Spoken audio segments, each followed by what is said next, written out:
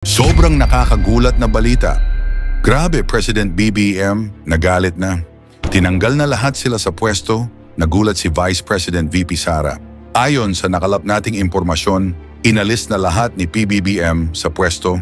Pinag-resign na lahat ni PBBM ang gabinete niya. Natakot si VP Sara, susunod na tatanggalin din siya sa pwesto, punong-puno na si BBM sa kapalpakan nila. Grabe si President BBM, nagalit na. Tinanggal na lahat sila sa pwesto, nagulat si Vice President VP Sara.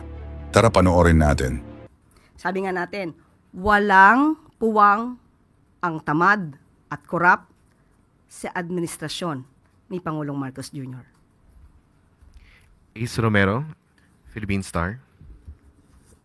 Yusek, nabanggit sa statement na it's something that has got to do with the election results. Ano po ba yung resulta ng election na mukhang hindi yata natuwa ang Pangulo at nag-trigger ng ganitong call for resignation? Aminado ang Pangulo na kulang sa kanyang paningin, nakulangan siguro ang taong bayan sa naging performance ng gobyerno, kaya hindi nila nakuha yung pinaka-target na numero, especially sa Senado.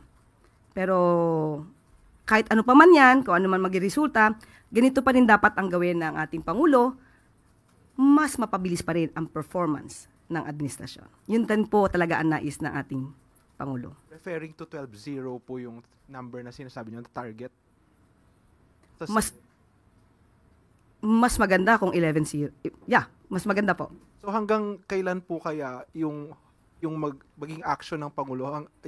Kailan po namin malalaman yung magiging resulta ng inyong review sa performance? Kailan malalaman sino po yung mare-retain at sino po yung aalisin na sa cabinet? Kung mapapansin niyo po sa bawat salita ng Pangulo, ang gusto niya ay mabilisan. So asahan niyo po ang mas mabilis na action dito. Hintayin na lamang po natin dahil ka-announce lamang po ito kahapon. Salamat po. Alvin Baltasar, Radyo Pilipinas. Yusek, I believe doon sa part ng courtesy resignation na iniutos ng Pangulo, i-reviewin yung kanilang performance. Ang tanong ko, Yusek, sino-sino yung bubuo doon sa review committee? Ano yung composition nila? Sino-sino sila? Ibibigay na lang po namin ang detalye patungkol dito at ibabato namin ang katanungan na yan sa Office of the Executive Secretary. Yusek, follow-up na lang. Doon sa mga nagbigay ng resignation, hindi namin nakita yung Office of the Solicitor General. Just to... kahit mayroon na, please enlighten us. Kasama ba ang Office of the Solicitor General sa miyembro ng gabinete ng administrasyon? Opo, kasama po ang Office of the Solicitor General na kailangan mag-submit ng courtesy resignation. Next question, Jean Mangalus, philstar.com. Good morning. What are the metrics? We know that we want fast action from these cabinet secretaries, but some of their agencies are for long-term action. So, ano yung metrics na tinitingnan ng Pangulo? Unang-una kung gano'n nga ba kabilis ang kanilang performance at kung may issue ba tungkol sa korupsyon. Importante po yan. So, hindi lamang performance to, titignan din po nila kung nagkakaroon ba ng issue tungkol sa anomalya sa kanilang pag-handle ng kanilang agency. There are reports that this shakeup is targeted towards specific secretaries. How true is this? We have no update on that. If there is really a target secretary regarding this request for courtesy resignation, there's none as of the moment. Tristan Nodalo, Newswatch. Hello po, Yusek. Good morning. Ma'am, ito po bang desisyon ng Pangulo is also one way of showing na, di ba yung nabanggit niya sa podcast niya, he wants to be respected, pero nasabi niya baka mas gusto niyang feared ang next na approach niya. And then si Senator-elect Ping Lacson, sabi kailangan ng Pangulo ng bastonero sa government para talagang may matakot. But ito po ba ipagpapakita ng Pangulo na hindi niya kailangan ng bastonero because siya kaya niya pong mag-act ng sarili niya or mag-decide? Bilang presidente, hindi po talaga dapat sinasabi na kailangan ng bastonero. Mismong presidente mismo ang bastonero. At yan po ay aasahan natin. Ngayon po na nagsalita ang Pangulo na kinakailangan po ng mas mabilis at malinis na administrasyon, mapapakita po yan ng Pangulo. Di po niya kailangan bastonero. Siya na mismo po ang bastonero. Siguro na lang po baka sa ibang kritiko ng Pangulo gamitin tong mass resignation or courtesy resignation ng cabinet secretaries. Yung timing po nung decision na to, why is it, ito yung nakita ng Pangulo na best timing to do a revamp of his cabinet secretaries? Tandaan po natin, nung una pa lamang po ako na-appoint as a press officer, nabanggit na po natin yan kung may kinakailangan mga revamp. Sabi ko, wala pa pong update, pero talagang yan po ang ginagawa ng Pangulo, makita at ma-monitor ang trabaho ng kanyang mga heads of agencies at mga departments. So hindi lamang po ito ngayon. Talaga pong nire-review. Tandaan po natin, marami na natatanggal bago pa nagkaroon ng eleksyon. Bago pa nangyari ang eleksyon.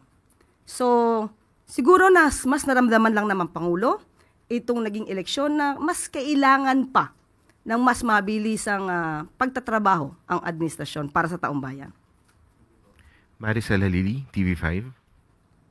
Yusek, magandang umaga. Paglilinaw lang po yung sinabi nyo kanina na walang pagtigil doon sa program ng gobyerno. So, ibig sabihin, the cabinet secretary will still hold their post until makapag-appoint ng panibago si Presidente. Yes, mananatili sila sa kanilang posisyon. Siguro ito yung tamang panahon para ipakita nila na dapat sila manatili sa kanilang posisyon. Pero kapag nakita po talaga ng Pangulo na hindi mo deserve ang iyong posisyon, you will be out.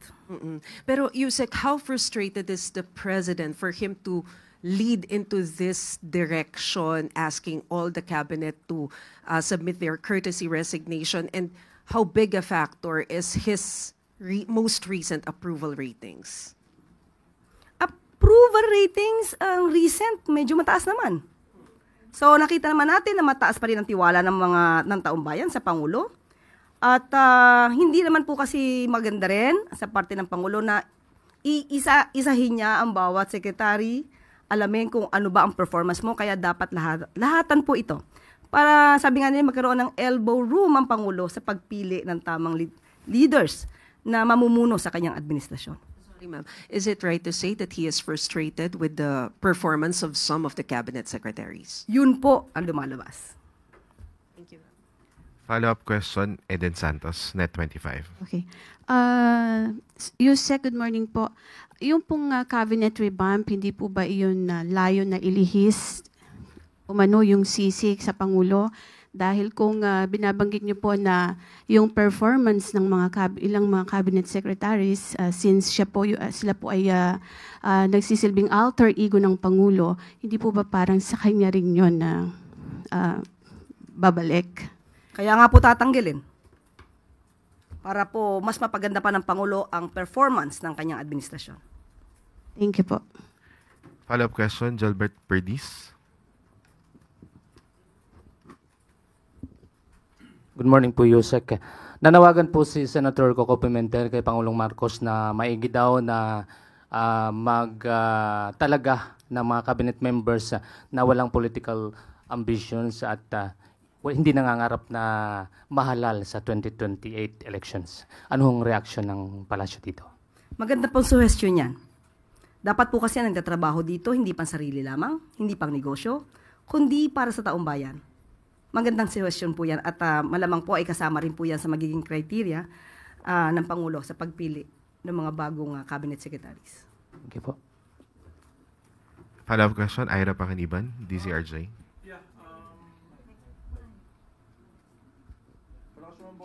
Oo nga. I can hear you. No, I was just going to ask Yusek, no. Sabi sweeping, pero there are some cabinet-ranked secretaries who have expressed na wala silang balak mag-submit ng courtesy resignation. I know of at least one who says na hindi naman ako cabinet secretary, Office of the President ako eh. So, kasali ba siya? Hindi ba siya kasali? Ano ba ang posisyon ng... Liwanagin po natin. all cabinet secretaries, heads of agencies with cabinet rank, other heads of agencies kahit hindi kayo secretary, and presidential advisors and assistants. So, kasama po, kung sino man po yung binabanggit nyo po, hindi ko po alam kung sino yan, pero wag niya po, kung magandang performance niya, pero kung siya po ay nasa listahan po, ang kanyang posisyon ay nasa listahan, wag po naman sana magmatigas, if ever. At kung maganda naman po ang performance niya, hindi naman po siya matatanggal. Kung hindi siya magbigay ng courtesy resignation, will it be deemed na courtesy resigned na siya anyway? Tingnan po natin. Hindi ko po alam kung ano po yung pinanggagalingan ng istorya ninyo. Sabihin ko na si Secretary Gadon, dun sa chat group, sinabi niya hindi siya kasali. Sa aking pagkakaalam, presidential advisor siya. At ang tawag sa kanya secretary. At sa aking pagkakaalam, personally po, ay kasama po. Sa akin lamang po yan. Thank you, ma'am. Follow-up question, Heidi Sampang, FEBC. Good afternoon, Yusek. Paano po natin parang sa mga taong bayan po, sa mga karaniwang mamamayan, paano po ito dapat na tanggapin or intindihin po nila yung pag-submit nga po ng courtesy resignation ng lahat ng mga cabinet? Baka lang po kasi may impression na unstable tayo, unstable po ang government po natin. Dapat mas matuwa po ang taong bayan dahil pinapakita po ng Pangulo na sabi nga natin walang puwang sa gobyerno, sa administrasyon, ang tamad at ang korap. Mas maganda po at dapat tanggapin ng taong bayan na mapalitan ang mga ito ng karapat-dapat sa posisyon. At yun naman po ang kagustuhan ng Pangulo. Ito lahat ay para sa bansa at sa taong bayan. Follow-up question, Ivan Mayrina, GMA7. Yusek, ito pong recalibration ng prioridad. Can you tell us, ano ho kaya maaasahan ng mga tao that will come out of this call for a cabinet revamp? Anong mga prioridad po itutuon ng gobyerno ang kanilang trabaho from here on? Unang-una po, sa infrastructure, dapat po talaga matugunan, mas mabilis po dyan. Kung ano po mga serbisyo sa publiko, uunahin yan. Marami pong pwede sa edukasyon, infrastructure. So, hindi ko po maiisa-isa yan. Kung pwede pong gawin at gampanan ng Pangulo na masaayos ang lahat sa tamang oras at bago siya matapos ang termino, gagawin po ng Pangulo yan.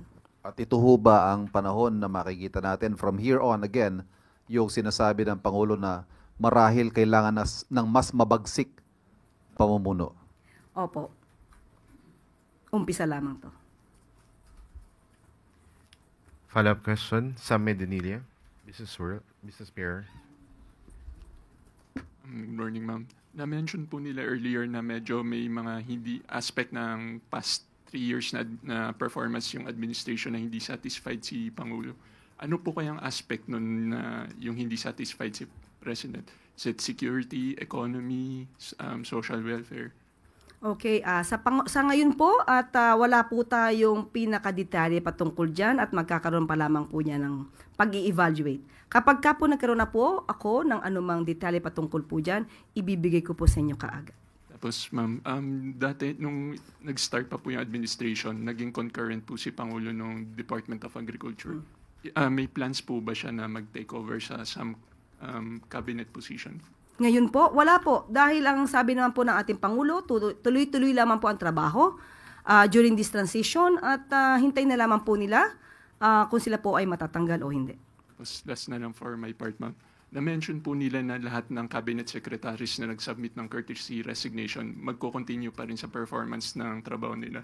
Pero di ba, regardless kung mag-submit sila ng courtesy resignation o hindi, dati pa naman may power ang Pangulo na kung gusto niyang tanggalin yung cabinet secretary niya, pwede naman niya gawin yun, regardless kung may sinabmit na resignation letter o wala. Bakit kailangan pong magkaroon ng courtesy resignation?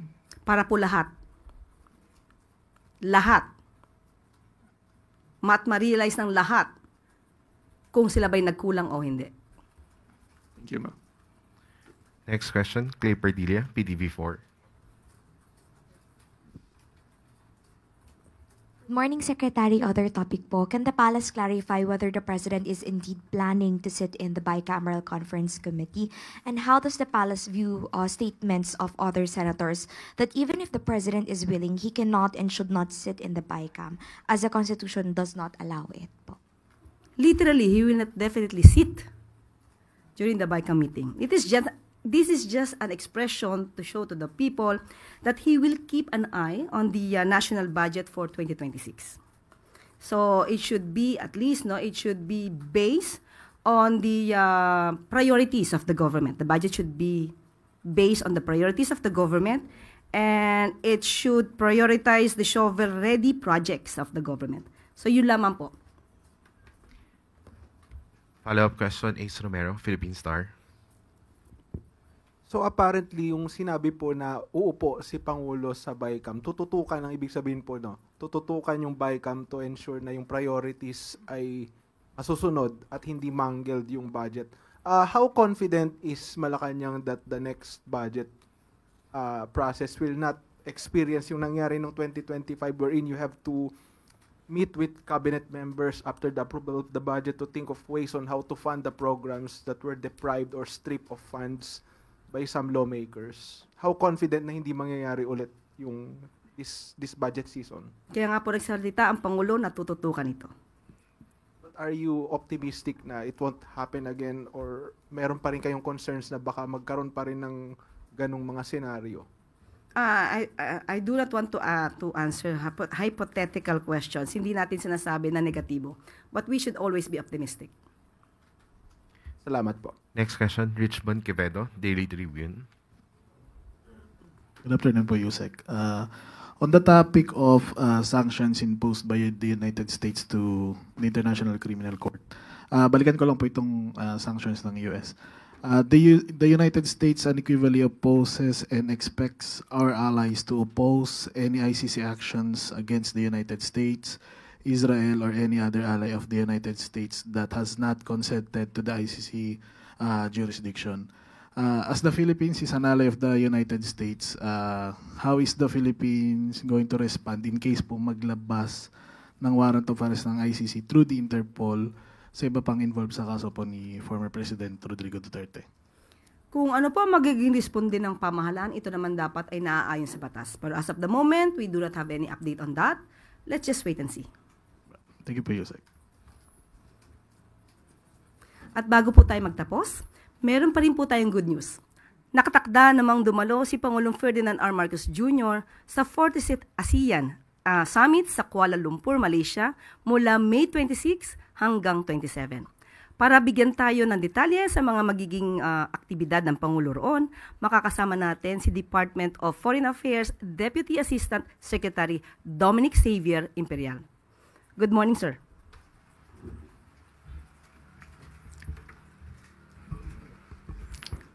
Maraming salamat, Yusek Claire, and magandang umaga po sa inyong lahat. As mentioned by Yusek Claire, the President will be participating in the 46th ASEAN Summit, in the 2nd ASEAN GCC Summit, and in the ASEAN GCC China Summit, all happening in Kuala Lumpur, Malaysia on 26 and 27 May. The President will be joined by leaders of other ASEAN member states and various dialogue partners at the invitation of Malaysian Prime Minister Dato Seri Anwar Ibrahim, who serves as this year's ASEAN Chair under the theme Inclusivity and Sustainability. The summit is a mechanism for leaders to provide policy direction for ASEAN, build consensus of matters of mutual interest, and exchange views on key regional and international issues. The President is expected to attend 9 leaders-level engagements. 6 of these will be held on May 26th, and these are some of the meetings that will be attended by the President. So there's the plenary session and the retreat session of the 46th ASEAN Summit, and then there will be 3 leaders interface meetings with the parliamentarians, with the ASEAN Business Advisory Council, and also the representatives from ASEAN Youth. And finally, on that day, there will be a signing ceremony of the Kuala Lumpur Declaration on ASEAN 2045. And then there will be 3 more meetings that the President will be participating in the following day. And these are the 16th Brunei Darussalam, Indonesia, Malaysia, Philippines, East ASEAN Growth Area Summit, or the Bimpiaga Summit, which the President himself will be chairing. And then there's also the 2nd ASEAN Gulf Cooperation Council Summit, and finally the ASEAN GCC China Summit. Now, in all these engagements, the President will continue to uphold and promote Philippine interests in ASEAN, such as deepening security and stability in the region, economic cooperation, and broadening engagement with dialogue partners. Furthermore, the President will continue to underscore the Philippines' sovereignty, sovereign rights, and jurisdiction in accordance with international law, including the 1982 UNCLOS and the 2016 Arbitral Award. Meanwhile, the leaders are also expected to discuss various global issues that impact the region and beyond. These include the situation in Myanmar, the United States' new tariffs policy, and other geopolitical and geoeconomic challenges that affect the region. To date, there are 22 outcome documents that are expected to be issued during these summits. Some will be adopted and some will be noted by the leaders.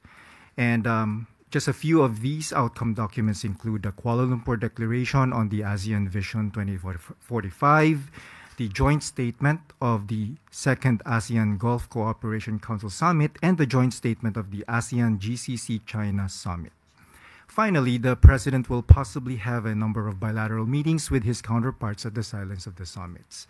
I'll stop there and happy to answer po yung mga katanungan ninyo. First question, Maricel Halili, TV5. Good morning, sir. Sir, yung bilateral meetings of the President, kaninong mga heads of state ito?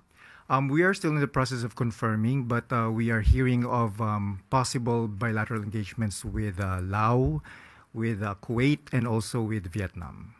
So tatlo so far? So far. Okay. And who among the cabinet officials will join the President in his trip to ASEAN? Well, as of today, what we have in the delegation, of course, he will be joined by the Secretary of Foreign Affairs. And I understand since there will be a focus on the economic as well, so the Secretary of Department of Trade and Industry is also joining. Thank you, sir. Tristan Nadalo, Newswatch. Hi, sir. Good morning. Sir, you've mentioned that the President is expected to raise the issues of Philippine sovereignty, sovereign rights, and jurisdiction. Last ASEAN-China meeting, na-bring up din po yung para mapabilis yung Code of Conduct. So, ano pong iba or at least ipupush pa ng President when it comes to ma-finalize yung Code of Conduct ng madalian? Yes. So just to refresh everyone, back in 2023, the foreign ministers of ASEAN, they agreed to fast-track the discussions on the COC. And this is what we are banking on during the summits. The President certainly will push for it. He will raise this with the leaders of the ASEAN. And going back to that statement, it's a reaffirmation of concluding it hopefully among ASEAN and China in 3 years since 2023. So we're looking at 2026 next year. Ivan Medina, GMA7.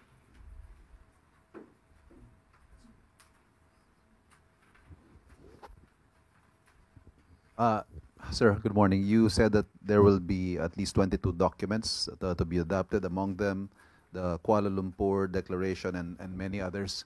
What specific documents are of specific importance to the Philippines?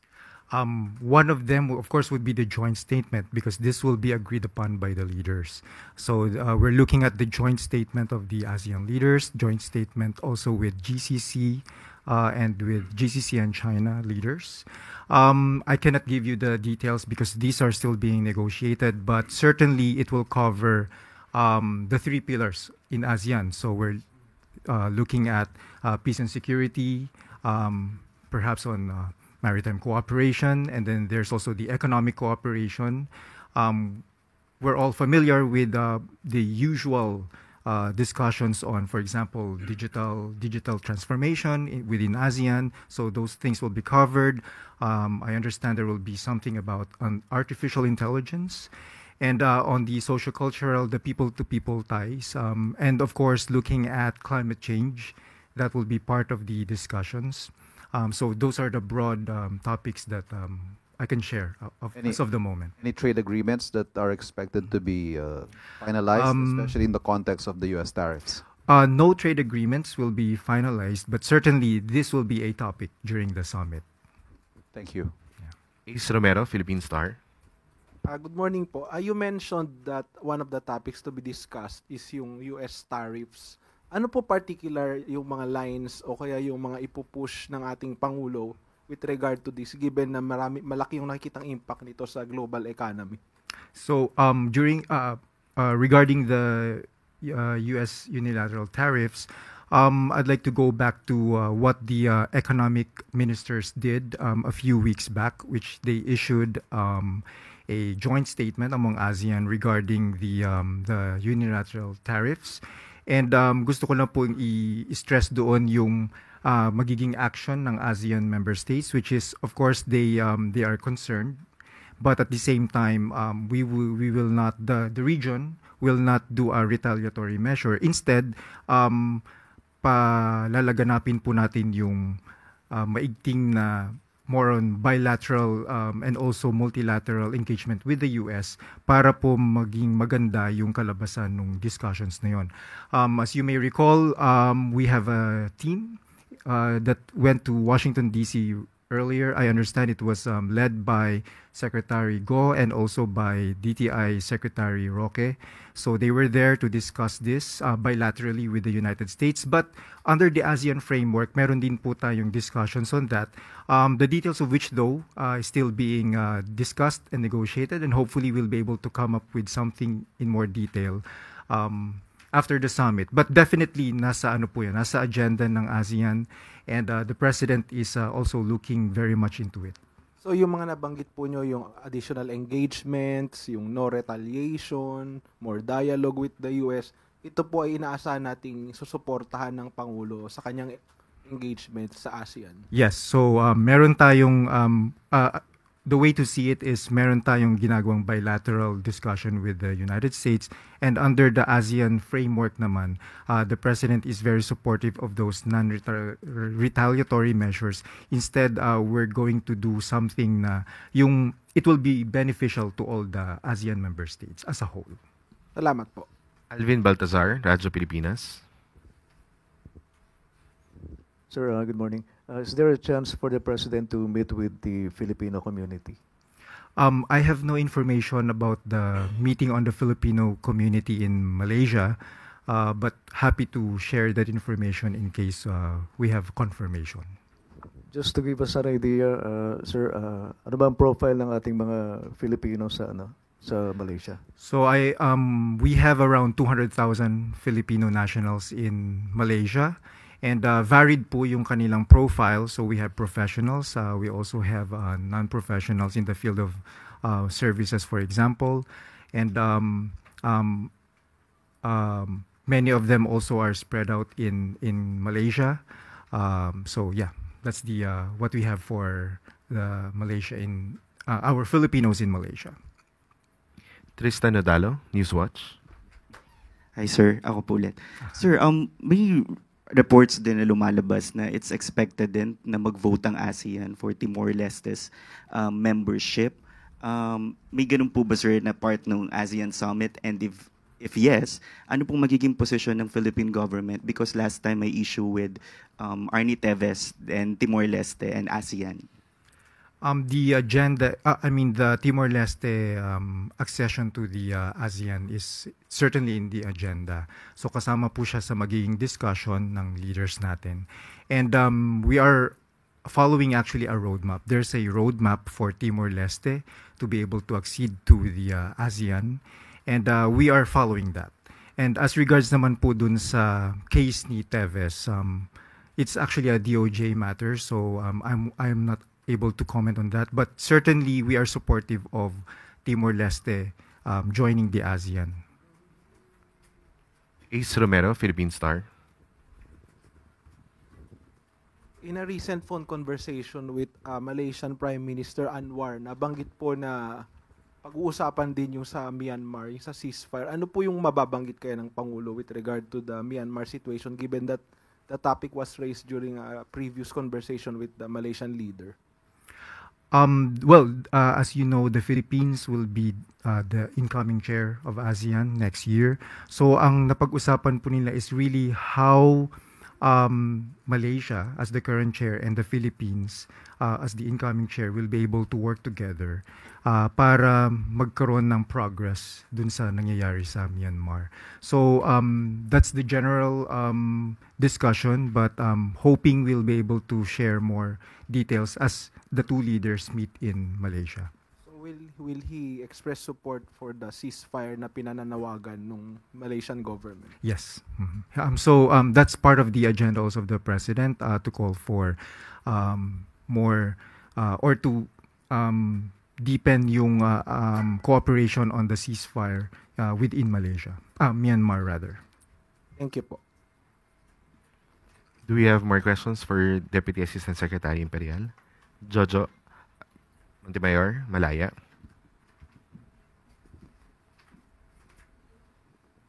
Sir, regarding lang po sa Myanmar, sir, ano po yung magiging posisyon ng Philippines dun sa pagtanggap ng yung junta leader ng Myanmar sa ASEAN?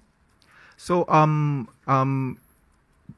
under the ASEAN framework, of course the way we work is non-interference and those other principles under the ASEAN and under the TAC. So kung ano man po yung magiging decision ng current na junta ngayon sa Myanmar that is acceptable to ASEAN, then we will welcome that. So that would be also the position of the President. Sir, how about yung sa humanitarian situation po sa Myanmar? On that, I understand there are ongoing discussions with the various groups in Myanmar. As you know, when the earthquake hit a few weeks back in Myanmar, ang talaga pong naging focus there was the humanitarian assistance for the country. So all the ASEAN member states, including the Philippines of course, nagbigay po tayo ng tulong sa Myanmar. And yung framework po na yun ng ASEAN, that's what we utilize to be able to reach the hardest part sa loob ng Myanmar, to send the assistance. Sir, isa pang issue, sir, regarding the GCC summit tsaka yung ASEAN-GCC, China-ASEAN GCC. Sir, ano yung magiging policy for building relations with the GCC countries, including Russia? Of course, the reason why we're having this summit is we really want to improve and deepen the cooperation between the two regions. So it's ASEAN and GCC. As for the ASEAN-GCC China, there is this is of course an initiative of Malaysia to hold a ASEAN-GCC China summit, being the chair this year. And for Malaysia, they want to, under their chairship, they want to be able to harness yung potential na cooperation, bringing together not just the GCC and ASEAN, but also China. We're looking at more, I believe, on more economic cooperation among those three. Thank you, Deputy Assistant Secretary Imperial. Yusek Claire. Thank you very much, Deputy Assistant Secretary Dominic. Thank you, ma'am. Ngayon, ikaw, bilang Pilipino, ano ang masasabi mo at reaksyon sa balitang ito? Mag-iwan ka ng komento sa ibaba at atin pong babasahin isa-isa.